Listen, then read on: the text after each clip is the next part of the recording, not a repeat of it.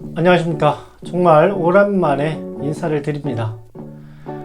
최근에 세계여행도 활발해지고 또 며칠 전에는 고대 이집트와 인도의 교류를 짐작할 수 있는 발굴이 이집트 베레니케라는 지역에서 있었다는 기사가 나왔기 때문에 오늘은 제가 인도 이야기를 가지고 다시 찾아뵈었습니다.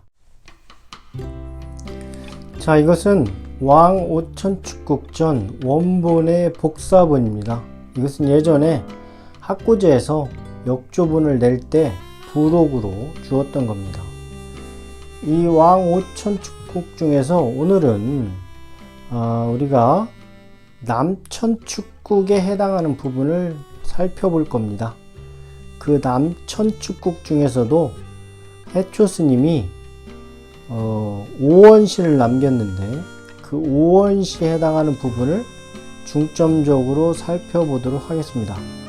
그래도 이 원본에서 남천축국이 어디부터 어디냐를 한번 살펴보면 우리가 여기가 있습니다. 여기 보면 즉, 종, 중천국, 남행, 삼계, 여월, 지, 남천축국 이렇게 나와 있거든요.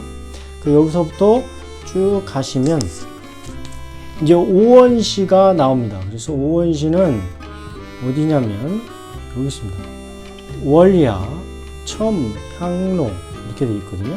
그래서 달밤에 고향길을 바라보니 뭐 이렇게 됐어요. 쭉 가다가 보시면 여기서 수위, 향림비 이렇게 나오거든요. 누가 계림을 향하여 날아갈 것인가. 여기 이 오원시를 중심으로 해서 오늘 한번 살펴볼 겁니다. 이 오원시 중에도 이제 일남이라는 단어를 가지고 중점적으로 살펴볼 거고요. 여기에서 남천축국이 어디쯤 되냐 우리가 한번 지도로 살펴보게 되면 이것은 아마도 해추스님께서 여기 광저우에 출발해서 여기 동남아를 거쳐 가지고 여기 동천축국으로 아마 입국하셨을 거다라는 게 요즘 대세 해석인데요. 그럼 이 중에서 남천축국은 어디냐? 그러면 여기 나시크라고 되어 있는 데 있죠. 현재로서는 아마 뭄바이 부근 이쪽이 될 것 같아요. 여기인데 여기가 예전에 어디였냐? 찰루키아 왕국이었는데 이 찰루키아 왕국은 현재의 카르나타카주와 안드라프라데시, 텔랑가나주, 그 다음 데칸구원 이쪽으로 해서 거대 왕국을 이루었던 곳 중에 하나라고 합니다. 이제 여기에 도착해서 해초스님이 이제 오원시를 남긴 건데요. 자, 그러면 이제 그 남천축국 말미에 써놓은 그 시 하나하나를 살펴보도록 하겠습니다.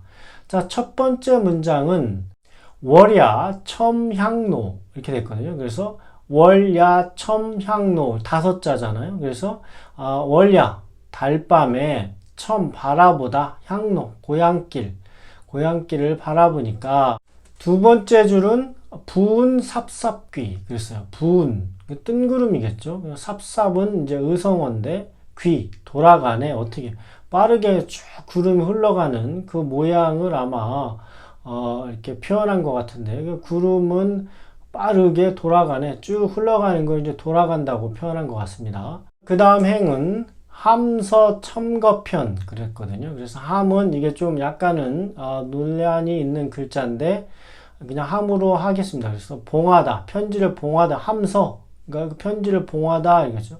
첨 더하여 어디에 거편 가는 편에 가는 편에 이제 구름이 앞에 위에 행에서 구름이 삽삽기 했잖아요. 그러니까 빠르게 샥 가니까 거기에다 편지 한 통 붙여보고 싶다 이런 마음 표현한 것 같아요. 자, 그 다음 행은 풍급 불청회 그랬어요. 풍급 바람이 막 심하게 불어서 불청 들리지 않아요. 회 여기서는 회답이겠죠. 화답 바람이 너무 쉥쉥 부르니까 대답을 들릴 수 없다 이렇게 은유적으로 표현한 것 같습니다. 그 다음은 아국 천안북 그랬어요. 그래서 내 나라는 하늘가 북쪽에 있고. 그렇죠. 인도에서 보면 위도상으로 우리 쪽에 신라는 굉장히 북쪽에 있는 거죠. 멀리 떨어진 북쪽. 뭐 지금으로 보면 한 뭐 6,000km 떨어졌을까요? 그 정도 됐을 텐데 어림잡아서. 그러니까 북쪽에 있고 그 다음 행을 보면 타방지각서 그랬어요. 이게 정확한 표현이죠. 타방, 다른 나라는 땅끝 서쪽에 있다. 그렇죠. 그 신라 쪽에서 보면 서쪽 저 끝에 있는 거죠. 지금 더군다나 남천 축국에 와 있으니까 그야말로 서쪽 끝이라고 표현하는 게 정확한 표현입니다. 자, 다음 행을 보면 일남 무유안. 그래서 여기 이제 바로 오늘 저희가 살펴볼 일남이라는 말이 나옵니다. 일남 무유안. 일남 무유. 갖고 있지 않다. 안. 여기서는 기러기 아니거든요. 그래서 일남에는 기러기가 없다. 없으니 그랬어요. 그러면 그 다음 마지막 행이 수위 향림비 그렇게 있거든요. 그래서 누구수 누가 위향림 비 그랬거든요. 향림. 그래서 림은 이제 계림으로 해석하거든요. 그래서 신라의 또 다른 이런 계림으로 해석해서 계림을 향하여 위비 날아가게 할까 날아갈리 뭐 이런 뜻이거든요. 근데 그 보면 이제 일남 무유한 그래서 지금 해초스님은 인도의 남천 축국에 있단 말이에요. 여기서 일남을 이제 베트남이라고 보거든요. 일남 과거에 베트남 중부가 이제 중국의 기록에는 일남이라고 표현했어요. 이때가 이제 8세기거든요. 723년에 출발했으니까. 근데 8세기면 베트남 중부는 당시에 점성, 즉 참파족이 지배하고 있었어요. 그 당시에. 그래서 근데 그 당시에 그 호이안 아주 국제 항구였단 말이에요. 완전히 국제 항구. 그래서 모든 뭐 동남아건 인도건 이 다낭에서 한번 꼭 쉬었다 갔다고 합니다. 여기는 꼭 필수 지역이었대요. 꼭 안 쉬면 안 돼. 식량하고 식수 같은 걸 보충하기 위해서. 그래서 아마 중국 광저우에서도 출발했으면 그 호이안에서 꼭 아마 정박을 한번 하고 갔을 것이기 때문에 해초스님도 여기를 들렀을 게 분명하거든요. 그러면 들렀을 당시에 여기는 참파, 점성이었거든요. 근데 그것을 해초스님이 일남이라고 표시했을까? 왜 그러냐면 해초스님이 얼마나 정확하게 그 지역을 표시하냐면 대식국도 해초스님이 처음으로 이 여행기에서 세계적으로 남긴 이름이란 거 보면 어떤 새로운 나라라든가 그 지역을 정확히 표기하는 어떤 해초스님만의 특징이 있거든요. 근데 그 참파족이 다스리는 그 점성이라는 나라가 엄연히 큰 나라가 있는데 거기를 일남이라고 표시했을까가 하나의 의문인 거죠. 그래서 이제 이것을 왕호천 축국전 역주하신 정수일 선생님께서도 이건 꼭 뭐 일남이 베트남이 아니고 그냥 남쪽일 수도 있겠다라고 다른 해석의 가능성을 남겨두시기도 했는데 어쨌거나 그래서 저는 이 일남이 찰루키아 왕국이 드라비다 어족을 이룬 그 카르나타카주와 그 다음 안드라프라데시 텔랑가나주를 포함했던 곳이기 때문에 어쩌면 이 드라비다어와 관련이 있겠다라고 저는 생각을 한 거거든요. 그래서 드라비다어 중에서 특히 뭐 타밀어 중에서 일남은 집이거든요. 집이고 또 하나는 국내라는 말이에요. 그래서 만약에 일남 무유안을 만약에 집이나 이 국내라고 해석을 해보면 일남 무유안 그럼 집에는 기러기가 없으니 이게 조금 더 자연스럽지 않아요? 그죠?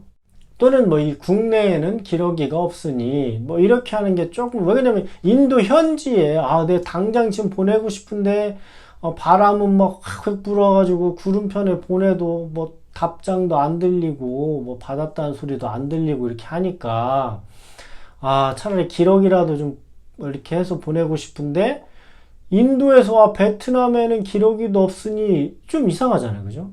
인도의 현지에는 뭐가 없으니 기러기가 없으니 훨씬 더 자연스러운데 그래서 일남은 지금 해초스님이 있는 그 국내 인도 국내라든가 아니면 해초스님이 지금 묻고 있는 그 남천축국 내 그 지역의 어떤 그 국내 이렇게 표현한 것은 아닌가.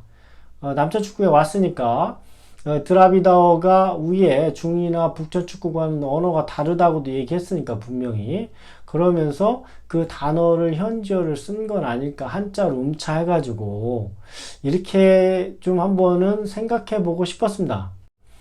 이 일남과 비슷한 또 어휘가 그러니까 집잇과 국내라는 뜻도 있지만 그 옛날에는 그 스리랑카를 이쪽 드라비다어족에서는 일란가이라고 했거든. 일란가이.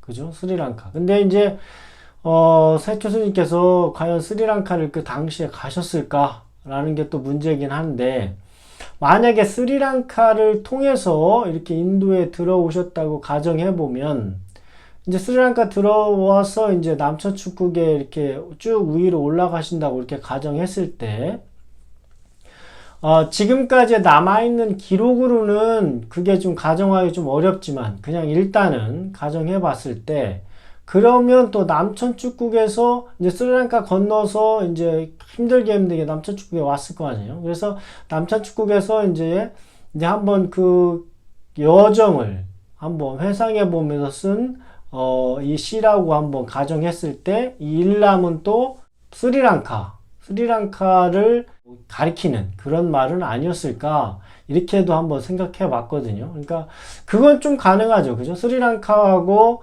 남인도는 아주 뭐 가까우니까 그 다음에 스리랑카 북부에는 지금도 수백만 명의 타밀인들이 살고 있으니까 그 타밀인들이 뭐 1세기경에 갔다 또는 BC 1세기경에 갔다 이런 얘기들도 좀 있거든요.